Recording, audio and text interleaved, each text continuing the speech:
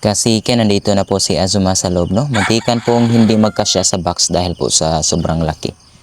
Kasiken, isa pong mapagpalang araw po sa ating lahat. Welcome naman po sa ating YouTube channel and of course you're watching Chicken Nonoms TV. Okay, so sa ngayon mga kasiken, katabi ko po si Azuma Jr. Yan, good morning po sa inyo. Okay, so bali si Azuma Jr. nga po pala mga kasiken, ipupunta na po sa ibang yard sapagkat meron tayong isang solido po na follower na ayan gusto pong bilhin si Azuma.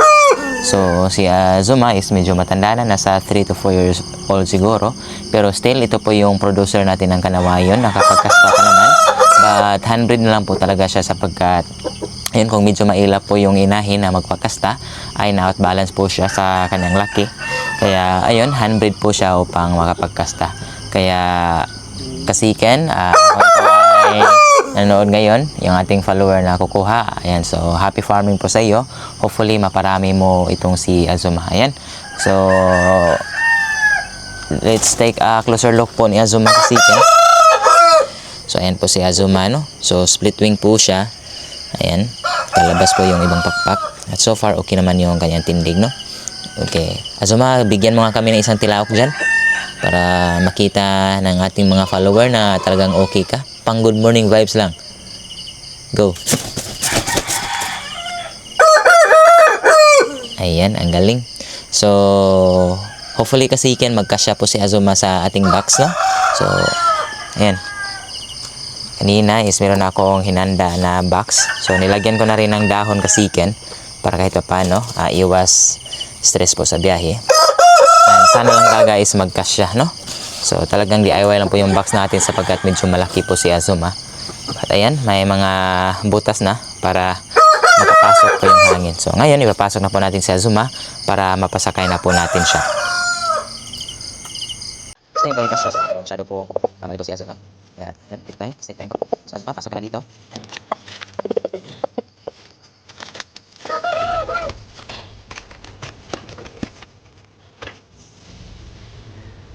So, kada Azuma ka na. Maaari ay.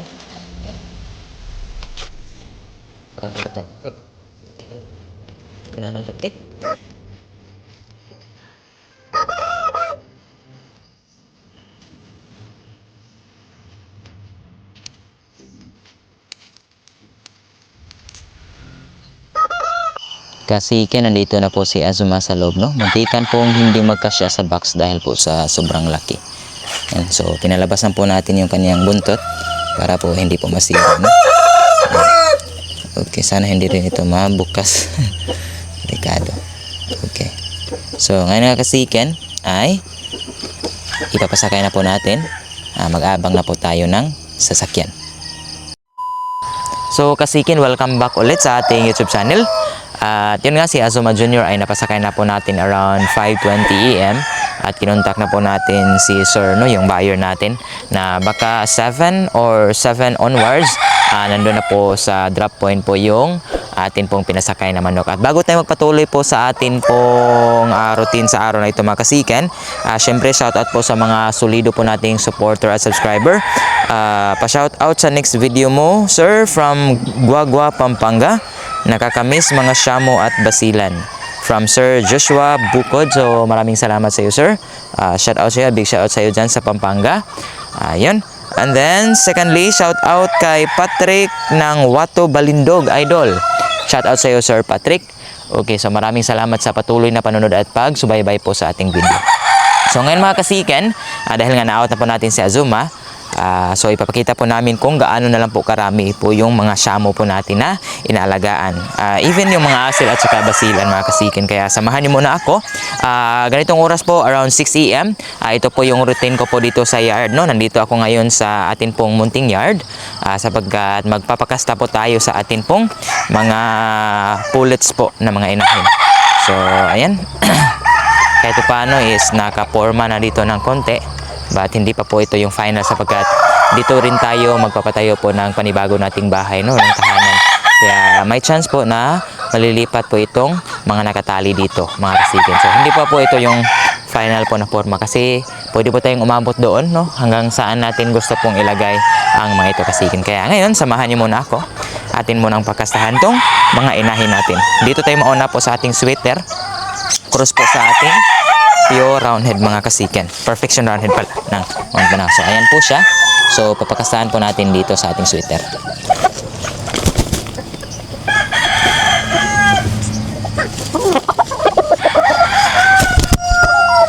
Next naman po, ito pong ating Doc Halsey. Ayan. Thanks God po, nakapag-itlog na po ito ng isa. So, nag-drop na po ito kahapon.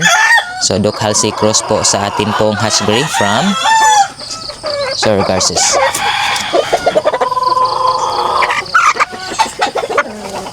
Okay.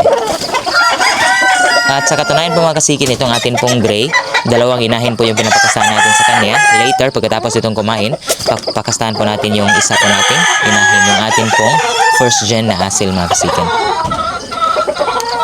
And then thirdly, ito pong ating black po na asil. Ayan. So, may dugong plaker po ito mga kasikin. Gagawa po tayo ng first gen dito. Kaya i-cross po natin siya sa atin pong unsihan po na 2 times winner.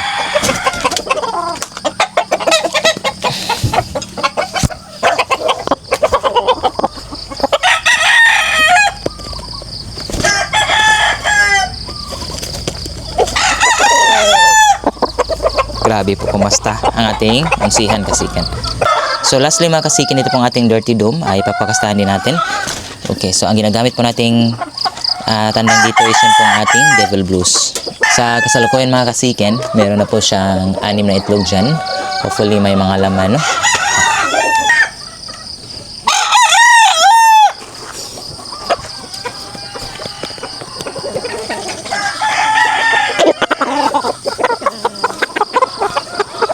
So, kompleto na po yung inahin natin mga kasikin, no? Napakastahan na po natin lahat. At yung isa na lang po sapagkat ayun nga, dalawa pong inahin yung pinapakastahan natin everyday po sa atin pong Hatch Gray. So, yung atin pong puti na asil, no? So, same routine po yung ginagawa natin mga kasikin. Sa hapon, pagkatapos po natin silang pakainin, ipapakastahan po natin sila ulit. So, yung ating mga pasisiyo nga pala, ayan. Pinalabas ko na rin sa karton nila. Tapos na po silang uminom. Maya-maya po ay bibigyan na po natin sila ng patoka mga kasikin, no? Ayan, no? Okay, so kukuha tayo mamaya ng isa mga kasikin. Pakita ko po yung closer look po ng atin pong pasisyo, no? Na mga 3 weeks old. Kasi merong street comb.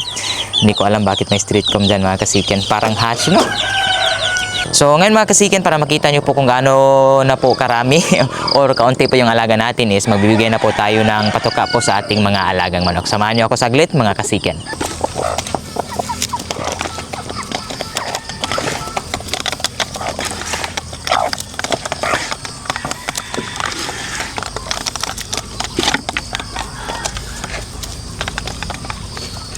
So sa kasalukuyan mga kasikan, meron tayong 5 po na mga pulis dito na mga dumalaga na available. Kasi ito pong ating Asil Blues, ayan po. Ayan, naglimlim na po yan. And even itong atin pong basilan. Kaya 5 na lang po talaga yung mga dumalaga na yan, pagkalagala po dito mga kasikan, no? Ayan po sila. And then so far mga kasikan, dito pa sa ating kulungan, ayan, meron tayong isang basilan dito na natira. Kasi nga merong gustong bumili sa atin ng tryo, no? Kaya ayan, na-reserve natin. But hindi pa siya nakapag-update. So hindi rin natin pinakawalan mga kasikin, no? Sapagkat ayun nga, nakalimber po yung mga Genoa natin na mga asil. Kaya nandito lang siya kasi medyo matapang na po ito mga kasikin, eh. So ayan lang po yung ating basilan na natira. Kung hindi po ito ma-out mga kasikin, i-breed po natin ito sa ating ready to breed po na mga inahin na basilan, no? Kasi nagsimula na po sila mag-itlog. So far sa kulungan ito, 2 na lang po sila. Nandito, pangalawa, si Orpheus. Yan pong ating Dumpo Kanawayan Goldie, no? Ayan. But na-post na po natin ito sa Facebook mga kasikin na for out. Kaya ikaw kung gusto mo ito mga kasikin, sobrang mura na lang po ng pares nito. 5.5 na lang po sila ni Hanabi. So ipakita ko maya yung kapares nito mga kasikin, no? So ayan. So sa kulungan ito mga kasikin, pasira na naman din ito. Malapit ang masira, wala na pong laman yan. Naibintan rin natin. At dito, 3 na lang po, no? Yung nandyan. Diyan, wala na pong mga laman yan kasi. Okay. So dito nga, Ayan, dalawang inahin na lang po ng basilan, mga spangled po yan. Ito po yung inahin po ng ating spangled na, ayun, binili na rin sa atin. So, nandito yung pangalawa. Ayan, magkapatid po sila. So, ito po yung pinakauna pong offspring po ni Basilio, no, kung naalala niyo mga kasiken. Ayan, so dalawa na lang pong basilan na ready to breed sapagkat meron po tayong mga naglimlim po na 4 na basila, no, so far. And then, nandito po si Hanabi mga kasiken. Ito po yung kapares po ni Orpheus, no. Again, 5'5 na lang po ang pares na ito. Ready to breed po mga kasiken, no. Kaya, ayan, hindi lang ready to breed, giant breed po sila mga kasiken. Itong dalawang pares na to. At kasiken, ang pangalawa po natin na ayan, tandang, no, na available ngayon. Ito po ay Dumpo Malay. Anak po ito ni Azuma Junior, no. Ayan.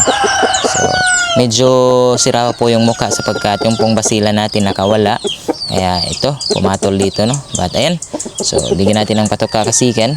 Uy, nandito yung patoka mo. So, ayan po siya. Okay. Si Aris po ito mga kasiken, no. Ayan. Okay, ito po yung natira. Pangalawa po sa Shamo na natira natin, no. At nandito nga pala yung atin pong pangatlong Shamo na available, no. Yung pong ating Jutako po na si Theseus. Warrior type po siya kasiken. Bulag. But still, good for broodcock pa rin po siya kasiken, no. Pwede po siya nating gawing broodcock. Ayan. Okay. And then, nandito si Bart. Hindi pa rin po naglimlim itong atin pong inahin na basila, no. Yeah, ayan. So, sobrang dami na po yung kanang itlog doon. Mga 12 pieces na po. Talagang hinihintay na lang po natin si Bart matapos dito kasiken, no. Sana maglimlim na nga sapagkat, ayun nga dito yung atin pong isang inahin. Yung atin pong white choco na ipapares natin kay Bart. Ayan po siya. Nagsimula na po siyang mangitlog dyan, no. So, mayroong 2 piraso na pong itlog dyan. So, wala po yung laman. So, medyo late na po tayo. But sana, kahit late po tayo mga kasiken ay makapag-produce pa rin po yun ng maraming itlog, no. Kaya, ayun, malapit na po tayo kasiken. Ipapakita ko na lang po sa inyo. Yan po ang dalawa na lang natin na broodcock na natira. Yan pong ating isang Jutako Demeter. Authentic po. Galing kay Sir Flexner. And then yung isa po nating asil na abuhin. Si Megatron mga kasiken. So, nandito mga kasiken. Ito na lang po ang ating natira na broodcock. Jutako Pungkan po ito, no. Jutako Demeter. So, hindi po natin ito ina-out mga kasiken, no, sapagkat meron po itong inborn na pagluluha sa mata. Ayan po. But kahit anong gamot po yung ginawa natin dito, talagang sa tingin ko hindi po siya sakit, hindi po siya salmonella. So, talagang inborn po siya. Ayan. So, minsan nawawala po yan. Minsan meron, minsan wala. So, kaya ayan.